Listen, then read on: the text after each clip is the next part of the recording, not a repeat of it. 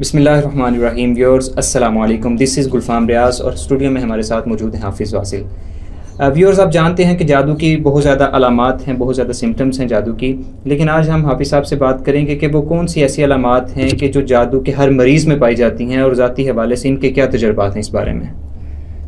گلفام بھائی، اگرچہ یہ تھوڑا پہچان کرنا بڑا مشکل کام ہوتا ہے کہ جادو کی علامات کیا ہیں، نظر بد کی کیا ہیں، آسیب کی کیا ہیں. جب بھی ہم کسی مریض کو علامات بتاتے ہیں کہ یہ علامات اس کی ہیں فلاں فلاں، لیکن اس میں ہم ساتھ یہ ضرور کہتے ہیں کہ یہ ہمارا تجربہ ہے. مطلب ہم کنفرم نہیں بتا سکتے کیونکہ شیطان کے اپنے کھیل ہیں، اللہ نے اس کو رخصت دی ہے، وہ انسانوں کے ساتھ کھیلتا ہے، شرارتیں کرتا ہے، ان کو تنگ کرتا ہے. تو جادو کی علامات الگ ہیں، نظر بد کی الگ ہیں، لیکن کچھ علامات ایسی ہوتی ہیں جو بار بار ایک ہی مریض کے اندر آئی ہوتی ہیں. مثال کے طور پہ 10 مریض جادو کے آئے ہیں نا، تو ان کے اندر بار بار تجربے میں یہ دیکھتے ہیں کہ اس کے اندر یہ علامت آئی ہے. اگلا مریض جادو کا آیا، پھر دیکھتے ہیں کہ اور بھی علامت ہے، لیکن پھر وہی علامت اس مریض میں بھی آئی ہوتی ہے.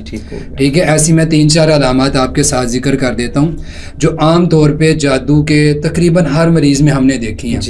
ٹھیک ہے، ان میں سے ایک جو علامت ہے سب سے پہلی، وہ یہ ہے کہ جادو زدہ جو شخص ہے، جادو کا مریض ہے، اس کے اندر منتشر خیالات کا پایا جانا یہ ضرور ہوتا ہے. یعنی اس کے خیالات منتشر ہوں گے، وہ کرنا کچھ چاہ رہا ہے، ہو اس سے کچھ جاتا ہے، سوچتا کچھ ہے، اگلے ہی لمحے میں اس کی سوچ بدل کے کچھ اور ہو جاتی ہے.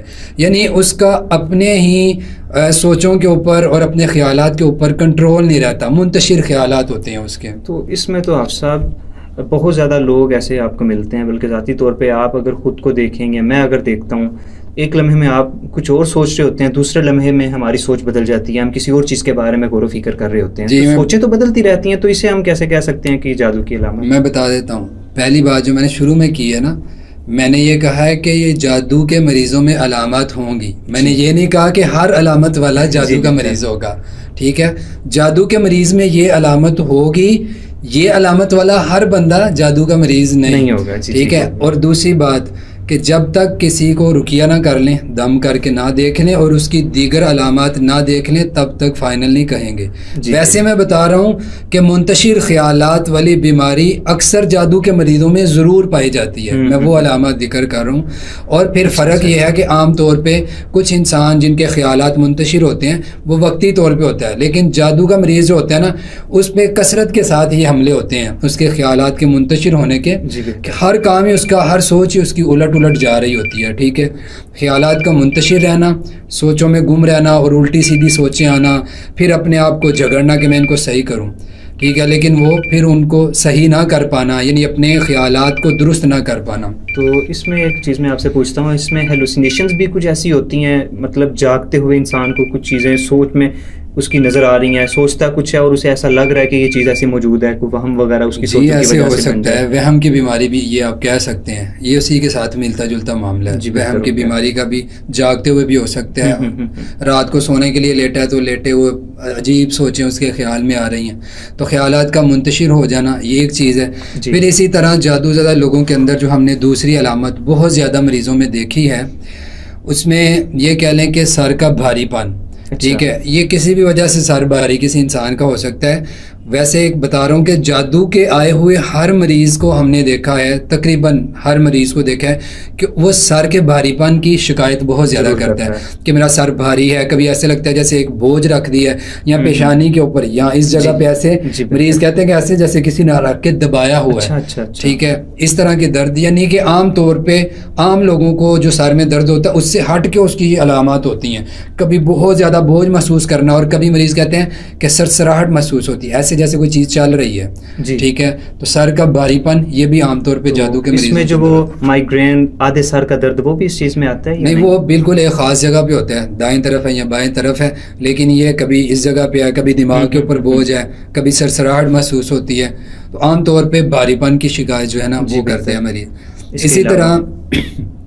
اسی طرح اس کے علاوہ جو ہے وہ تیسری علامت جو ہے جادو کے مریض جن کے اندر عام طور پہ پائی جاتی ہے، یہ بھی تقریباً 90% جو ہے نا وہ مریضوں کے اندر دیکھا ہے کہ ان کے اندر گیس کی ہوا پیٹ میں بننا، گیس بننا، قبض وغیرہ ہونا. یعنی کہ مراد یہ کہ خشکی کی علامات بہت زیادہ مریضوں کے اندر ہوتی ہیں. اسٹمک پرابلم رہتی ہے ان لوگوں کو, معدے کا ایشو رہتا ہے. یہ جو گیس اور ہوا وغیرہ پیٹ میں بنتی ہے نا, بہت زیادہ یہ مریض جو ہے نا جادو کے آتے ہیں تو وہ یہ جسمانی عارضہ جو ہوتا ہے نا اس کا بہت زیادہ ذکر کرتے ہیں کہ پیٹ میں ہوا گیس رہتی ہے, اور یہ جو کانسٹیپیشن ہے یہ بھی خشکی کی وجہ سے ہوتی ہے. یہ ہوا گیس بننا اور قبض ہونا یہ ایک ہی چیزیں ہیں دونوں, یعنی خشکی کی وجہ سے. تو یہ بہت سارے مریضوں کے اندر دیکھا جاتا ہے. پھر ایسی صورت میں ہم ان لوگوں کو زیتون کا آئل استعمال کرواتے ہیں کیونکہ یہ تر گرم ہوتا ہے اور خشکی کو ختم کر دیتا ہے. تو یہ ایک علامت ہے جادو کے. اچھا پھر یہاں پہ بتا دوں میں, کیونکہ لوگ جلدی پریشان ہو جاتے ہیں, ہر گیس قبض کا مریض جادو کا مریض نہیں, لیکن ہر جادو کے جس پہ جادو ہے اس میں یہ پرابلم ضرور ہوگی, اس کے ساتھ یہ مسئلہ عموماً ضرور ہوتا ہے. اس کے علاوہ کوئی اور علامت بتا دیں. جی, چوتھی اور آخری علامت میں بتا دیتا ہوں آپ کو, جو زیادہ دیکھی ہے جادو کے جو مریض ہیں جو ہم نے بہت زیادہ دیکھا ہے, وہ ہے سستی کا شکار ہو جانا. اب سستی سے مراد یہ نہیں کہ گھر والوں نے کوئی کام کہا ہے تو اٹھ کے وہ نہیں کر رہا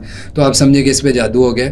سستی سے مراد یہ ہے کہ ایک بندہ اپنے کام میں جس میں وہ مطلب اس کو روٹین سے وہ کر رہا ہے تو ایک دم اس کا دل اچاٹ ہو جانا اپنے کام سے, جس میں وہ ایکسپرٹ ہے, وہ صحیح طرح سے کر سکتے ہیں, ماہر ہے, لیکن اس کا دل کرنا کہ میں شاپ پہ جا رہا ہے تو کہنا میں نے نہیں جانا, ایک دم سے چھوڑ دینا. یا کسی بھی کام کو وہ کرتا ہے بڑے لگن کے ساتھ, شوق کے ساتھ, ایک دم سے اس کا دل اچاٹ ہو جاتا ہے. اور سستی اور کاہلی, پڑا ہے تو پڑا رہے گا, اٹھنے کو دل نہیں کر رہا, اور جب جن دنوں میں صحیح ہوگا تو پھر اپنے لگن کے ساتھ کام شروع کر دے گا. تو سستی اور کاہلی ایک دم سے طبیعت میں آ جانا, یہ جادو کے مریضوں کے اندر ہم نے بہت دفعہ دیکھا ہے کہ آگے شکایت کرتے ہیں کہ سستی بہت زیادہ ہے. اس میں آپ صاحب جو پہلی آپ نے علامت بتائی خیالات کا منتشر ہونا, اور جو چوتھی علامت آپ نے بتائی کہ کام میں دل نہ لگنا اور دل کا اچاٹ ہو جانا ایسے کاموں سے جن کو انسان بڑا اچھا سمجھتا ہے, جس میں اس کی بڑی دلچسپی ہے, یہ تو ایک اس کا تعلق ذہن کے ساتھ ہو گیا, دماغ کے ساتھ, خیالات کے ساتھ ہو گیا. لیکن جو آپ نے دوسری اور تیسری چیز بتائی ہے کہ سر کا بھاری ہونا اور کانسٹیپیشن وغیرہ, معدے کے جو پرابلمس ہیں, ٹھیک ہے, یہ جسمانی پرابلمس ہیں, یہ خالصتاً جسمانی امراض ہیں, ان کا شیطان کے ساتھ کیا تعلق ہو سکتا ہے جادو کے ساتھ؟ دیکھیں گلفام بھائی, آپ نے دیکھا ہوگا شیطان جو ہیں, یعنی آپ نے پڑھا بھی ہوگا, شیطان کس چیز سے بنایا گیا ہے, یعنی جن کو اللہ نے کس سے پیدا کیا ہے؟ آگ سے. آگ کیا ہوتی ہے؟ خشک ہوتی ہے, اس کے اندر گرمی اور تپش ہوتی ہے. ہم عام طور پہ جادو کے مریض ہوتے ہیں یا جنات کے مریض ہوتے ہیں, ان کو پانی دم کر کے کیوں دیتے ہیں کہ پانی اپنے اوپر چھڑکاؤ کرو یا پیو؟ کیونکہ جو آگ کو پانی ختم کر دیتا ہے. تو دم کر کے جب ہم پانی دیتے ہیں تو وہ ایک تپش, شدت جو شیطانی اثرات کی ہوتی ہے وہ کم ہوتی ہے, ٹھیک ہے. اور خشکی کی بیماری بھی جو گیس اور قبض بنتی ہے, یہ خشکی کی بیماری ہے نا. تو خشکی کی بیماری جب پیٹ کے اندر خشکی ہو جاتی ہے, شیطانی اثرات سے بھی بعض دفعہ ایسے ہوتا ہے, تو ایسی صورت میں بھی ہم پانی اور زیتون آئل دم کر کے اسی لیے دیتے ہیں کہ شیطانی اثرات جو ہیں جسم کے اوپر جنہوں نے اثر کیا ہے وہ پانی اور یہ زیتون آئل استعمال کرنے سے کم ہو جائیں یا ختم ہو جائیں. ٹھیک ہے, تو اس لیے اس کا تعلق ہے خشکی کی وجہ سے ایسے. تو یہ 4 علامات ہیں یہ جادو کے ہر مریض. جی, ان کا 2 جو ہیں, پہلی اور چوتھی, ان کا نفسیات سے تعلق ہے, درمیان والی 2 ہیں ان کا جو جسمانی کے ساتھ تعلق ہے. بہت شکریہ آپ صاحب, السلام علیکم.